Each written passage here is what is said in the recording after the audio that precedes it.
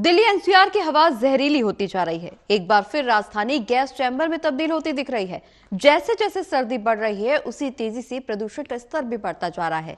हालात इतने खराब हो गए हैं कि सरकार को ग्रैप 3 के तहत प्रतिबंध लागू करने पड़ रहे हैं। राष्ट्रीय राजधानी क्षेत्र में वायु प्रदूषण गंभीर स्तर पर पहुंच गया है।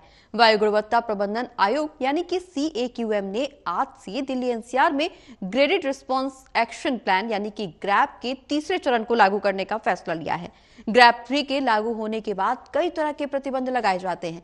सड़कों पर उड़ रही धूल के गुबार को शांत करने के लिए पानी की फुहारें छोड़ी जाती हैं, तो वहीं डीजल से चलने वाली मालवाहक गाड़ियों पर भी सख्ती से प्रतिबंध लगाया जाएगा। इसका असर अब स्कूली बच्चों पर भी पड़ेगा। आपको बता दें कि ग्रैप 3 के तहत दिल्ली में किन कामों पर पाबंदियां रहेंगी, ये जानना अब आपके लिए बेहद जरूरी है। दरअसल दिल्ली एनसीआर में ग्रैप 3 के तहत प्रतिबंध लागू होने का बच्चों के स्कूलों पर बड़ा असर पड़ने वाला है। इस आदेश के बाद अब राष्ट्रीय राजधानी क्षेत्र में 5वीं तक के बच्चों की क्लासेस ऑनलाइन मोड पर चलेंगी। बता दें कि प्रदूषण का स्तर अगर इससे ज्यादा खराब होता है तो ग्रैप 4 भी लागू किया जा सकता है। उस स्थिति में बच्चों और बुजुर्गों को जहां तक हो सके घर से नहीं निकलने की सलाह दी जाती है। ग्रैप 3 के तहत प्रतिबंध लागू होने का सबसे बड़ा असर माल ढोने वाली गाड़ियों पर ही पड़ता है। इसमें ज्यादातर डीजल की गाड़ियां होती हैं। अब आज से दिल्ली एनसीआर में डीजल से चलने वाले लाइट मोटर व्हीकल या डीजल चलित 4 पहिया वाहनों के चलते रोक लगेगी। अंतर्राज्यीय बसों को दिल्ली में प्रवेश की अनुमति नहीं होगी। इसके अलावा BS3 पेट्रोल वाहन भी नहीं चलाए जा सकेंगे। इलेक्ट्रिक व्हीकल, CNG वाहन और BS6 वाहन आ सकेंगे।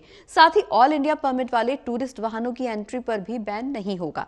बता दें कि बिल्डिंग कंस्ट्रक्शन और तोड़फोड़ को भी प्रदूषण का एक बड़ा कारण माना जाता है। इसीलिए अब से दिल्ली एनसीआर में कंस्ट्रक्शन और तोड़फोड़ वाली साइट्स पर सख्ती बरती जाएगी। ऐसे कामों पर पूरी तरह से प्रतिबंध लगाया जाएगा जिससे धूल निकलती हो। भीड़भाड़ वाले इलाकों में भी धूल दबाने की कोशिश की जाएगी और पानी का छिड़काव कराया जाएगा। लैंडफिल साइट्स पर ज्यादा ध्यान रखा जाएगा।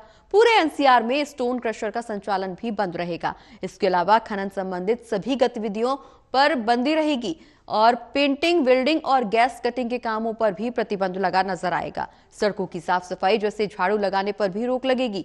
बिल्डिंग ढहाने के बाद निकलने वाले मलबे के परिवहन पर भी प्रतिबंध लगता हुआ नजर आ सकता है। छतों की सीलन से बचाने के लिए होने वाले वाटर प्रूफिंग वर्क पर भी प्रतिबंध रहेगा। इसके अलावा टाइल्स की कटिंग, ग्राइंडिंग और फिक्सिंग पर भी रोक रहेगी। वहीं सीमेंटिंग, प्लास्टर और दूसरे कोटिंग वर्क्स पर भी रोक लगती हुई नजर आ सकती है। सड़क निर्माण और रिपेयरिंग वर्क पर भी प्रतिबंध रहेगा। ईंट की चुनाई के काम पर भी रोक रहेगी। तो ये तमाम ऐसे काम हैं जिस पर ग्रैप 3 के तहत प्रतिबंध लगाया गया है। लगातार सरकार की तरफ से प्रदूषण पर राहत पाने के लिए तमाम कोशिशें की जा रही हैं। लोगों को सलाह भी दी जा रही है।